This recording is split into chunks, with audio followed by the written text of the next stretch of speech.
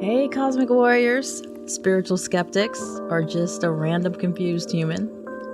Welcome to another dimension. It's time to sit down with me, your reluctant mystic Michelle, coming to you from the void between worlds to talk about some really interesting metaphysical stuff. Who am I? Just a human who's been thrown into this place called Earth, who has a lot of questions, born with a whole bunch of gifts, but not a lot of answers. So what this podcast is going to do is explore some paranormal mysteries, energetic phenomena, and a lot of FML moments that have you questioning, what the hell are we doing here? So if you're spiritual or you're just really confused, this is the right place for you. So join me if you like riding the waves of the quantum ocean and getting really down deep into the WTF of what's going on here. Because, as I always say, there legit is no way I signed up for this. So if you're ready for a wild ride, let's go. Hey everybody, welcome back to another episode of There's No Way I Signed Up for This, where we talk about all the things that occur. Well, maybe not all, because I don't know all the things. So we talk about all the things I'm aware of that occurs on this spiritual journey, on this trip or assignment to planet Earth. And today we're going to be talking about that wonderful phrase of trusting the process. I'm sure everyone has said it, everyone has heard it, and probably everyone has reacted to it. I know for me, usually when I'm hearing the phrase trust the process, it's not a happy experience, right? Something has disappointed me. Something has not panned out the way I was expecting or hoping. Something did not have an outcome that I wanted it to have. So I'll hear trust the process, or in God's timing, in divine timing, right? Well, there is a lot, not just some. There's a lot of truth behind that. When we're talking about some of the hardest lessons, we do understand that we don't know what we're doing. That's why it's called a lesson. So as humans do, we have to hold on to something. In this example, we're holding on to the process. We're trusting the process. So if you're currently looking at your life like, is this some kind of joke or something that you have worked so hard for just isn't moving as quickly as you want?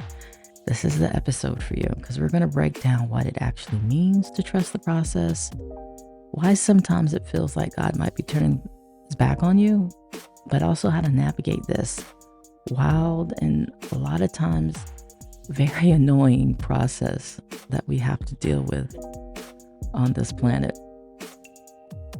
So like I always say, buckle up, buttercup, because here we go. So when you're usually talking about trusting the process, I'm going to give you my experience up front. And it's given me the opportunity to really have faith. Because honestly, what trusting the process is having faith. Having faith that whatever it is that is supposed to work out will work out in the way it's supposed to. So I'm going to give you a little quiz, a little test. And it's not a right or wrong. It's in your experience type test. Because I know for me, when a situation didn't work out, when a relationship didn't work out, when an opportunity didn't pan out, yes, there's disappointment. Yes, I feel like I've wasted my time. Yes, fill in the blank. But when I look back about those examples, the opportunities, the relationships, the situations, if I knew then what I know now, I wouldn't have chose it, right? If I look back at my exes or relationships that didn't work out, where they are currently right now does not align with who I am. Honestly, a majority of them, after, especially if they knowingly did something or mishandled me in a way that was disrespectful, that was hurtful, some part of their life, if not their complete life, crumbled. And that's when I say, God doesn't play about me. But that's another podcast or another day. That's another episode for another day. But focusing back on trust in the process. If I would have pushed and pushed and pushed and pushed to try to get my way, to try to fix whatever it is that I wanted it to be, I would not be happy. I would not have been satisfied because, again, those situations, those experiences, those people don't align to where I'm at right now. And actually, a lot of those situations or people have diverted so far away from where I am, it wouldn't have lasted. So trusting the process has allowed me to save a lot of heartache, a lot of headache, a lot of stomach ache, a lot of the aches. Trusting the process. Now, does it feel good when it's happening? No, right? Oh my gosh, they're my person. Or, oh my gosh, this is the opportunity of a lifetime. But we can't see around the corner. We can't see around the bend, right? So that's where faith comes in. That's where trust in the process comes in. So what does that look like, right? It could be delays. And like I said earlier, it could be disappointments. It could be WTF moments, but they're all a part of the master plan, right? The plan that you don't have visibility to. You can talk to people or, there's prophets and seers, people who can give you some insight, but no one has visibility of the whole plan. And that's a part of the learning experience. That's a part of why you're here. That's a part of what you agreed to do. So I know that's pretty annoying, right? But stay with me here. So when we're talking about divine detours, right? Or we also hear that phrase, that rejection was God's protection. There's truth to that. These are moments when you're sure you're on the right path and then suddenly something happens where out of nowhere you're rerouted. Somebody says no. Something is denied. Somebody just isn't who you thought they were. You thought you'd be married by now. You're not. You thought that job was your dream job. Guess again. You thought that friendship, that opportunity, that manifestation was locked in. No. And it's in those moments, it's easy to feel abandoned. Like God might have hit, we're going to pause you for a moment. But in that pause, there's growth. And I do have another episode about the in-between moments. But again, as I stated earlier, rejection often is divine protection.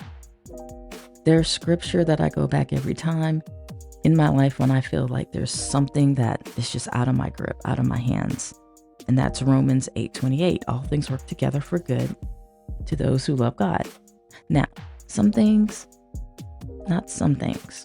not just the easy things, not just the joyful things, but all things, even the delays, even the heartbreaks, even the moments where you swear you're on some type of celestial prank show.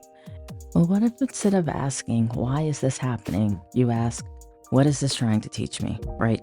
So when you do have the delays, when you do have the missed moments, when you do have the times where somebody you thought was somebody turns out to be somebody else, instead of saying, why do these things keep happening to me, right? Let's reframe. One of my favorite words. Let's reframe that thought and say, okay, all right, deal. What is this teaching me right now? What is this teaching me? Because, spoiler alert, every major lesson in your soul contract comes disguised as an inconvenience, a plot twist, or a follow-on collapse. So, that's kind of a scary thought when you think about it, but it's the truth because the best lessons usually come from pain. Or for me, like embarrassment. Like if I'm in school or if I'm doing something and I screw up. First, take accountability. I screwed up. But second, that's never going to happen to me again because that was embarrassing. I didn't like that. So some of my biggest lessons have come through pain. And unfortunately, that's just a part of life. So it's important to know how to reframe it. Feel it, release it, but learn from it, because we also talk about how you're kind of going to repeat the lesson until you get it. This is not an opt-out test. You're gonna get that test back again until you get that lesson. So let's try to get it on the front end. So right now you're listening to a podcast, right? We're just one layer of your existence. You're on the Earth version, right? This is the Earth experience. The 3D avatar of a much higher, wiser, and less emotionally reactive soul. Some people call it their higher self. Some people call it the all-knowing soul. Whatever it is, it's a higher version of you. And it's not stressed. It sees that part of you, that fractal of you, sees things at a higher level. So it knows the path. It understands the bigger picture. And it remembers why you came here, right? While you can't see what your soul contract is, unless you have like certain giftings. But even then, there's boundaries to it. You don't know everything God has planned out for you, right? So when you tap into that and understanding that, okay, a part of me, my higher self, it understands the bigger picture. It remembers why you came here, but your human self doesn't. And that's where we're fighting, right? When you get those nudges, when you get those hunches, right? That's your God. I call it the God squad. Your higher self, your angelics, your ancestors, God, angels, trying to guide you. But you're kind of fighting every step of the way because, we're humans on Earth and we think we know everything. Yeah. Another spoiler alert, we don't. And here's the uncomfortable truth. Your soul doesn't care about your comfort. It cares about your evolution. Let me repeat that. Your soul doesn't care about your comfort. And when I'm channeling or when I'm getting prophesized messages coming in, people sometimes ask me, well, who do you know who you're talking to? Who do you know where this message is coming from? I've been doing this so long, it's a different energy sequence when I'm connecting to angels, when I'm connecting to multidimensionals, when I'm connecting to individuals who have passed on, and when I'm connecting to God. It's a very different energy sequence. Like when I'm connecting to God and I'm prophesizing, I'm not channeling. Two different things. I do think I have a podcast about that. I'll have to double check. But if there's not a podcast about it, I'm going to make one because there has to be an understanding that channeling and prophesizing are two different things. Now, back to our regular scheduled podcast. So your soul doesn't care about your comfort. It wants to see you evolve. That's why we're here.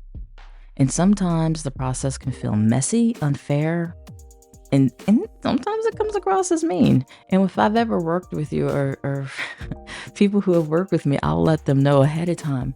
When I'm giving messages, it comes out so direct that it could seem rude, but understanding it's not me. I can't take away or add to the message. So however it comes, I have to deliver it. Because the soul doesn't care about your comfort. You're here for a reason. Everybody is here for a reason. So if you're a caterpillar and suddenly your body starts to liquefy into a cocoon, and you probably would be freaking out too, but that's the only way to become the butterfly. And I know that was a nice visual, but understand that life is doing the same thing, right? You lost your job. That relationship fell apart. The thing that didn't happen, no matter how much you manifested, prayed for it, willed it, didn't happen.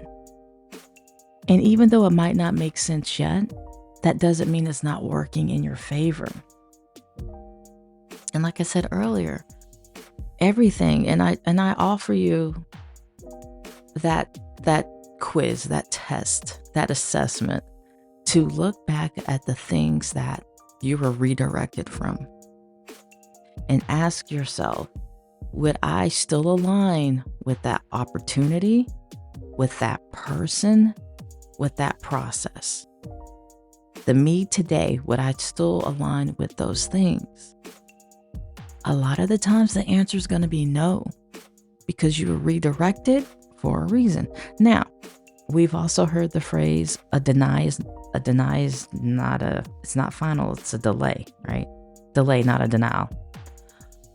That could be true too, because maybe if we're taking a relationship, maybe that person wasn't ready for the level of relationship it needed to be.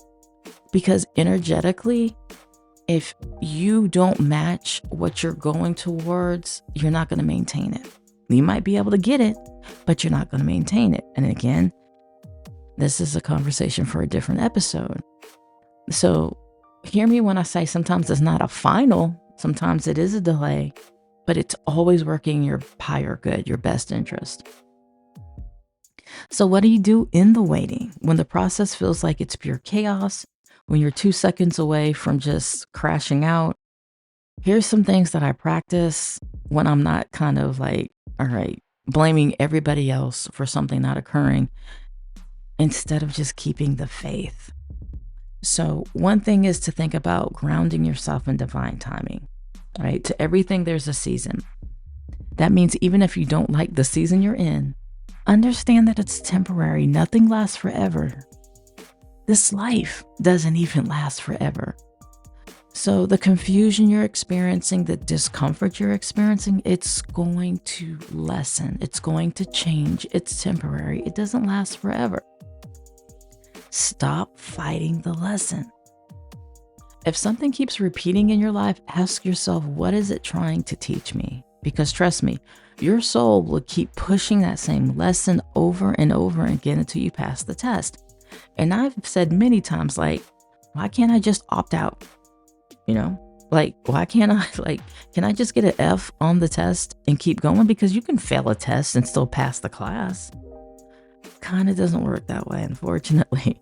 So the test could come back up, but look different, right? The test can come back up just in different people. Like I tell people that I've done therapy with a lot, that I'll ask them, what did you learn from this relationship? And I've learned this, that, and the other. Great. So you feel you've learned the lesson. Yeah.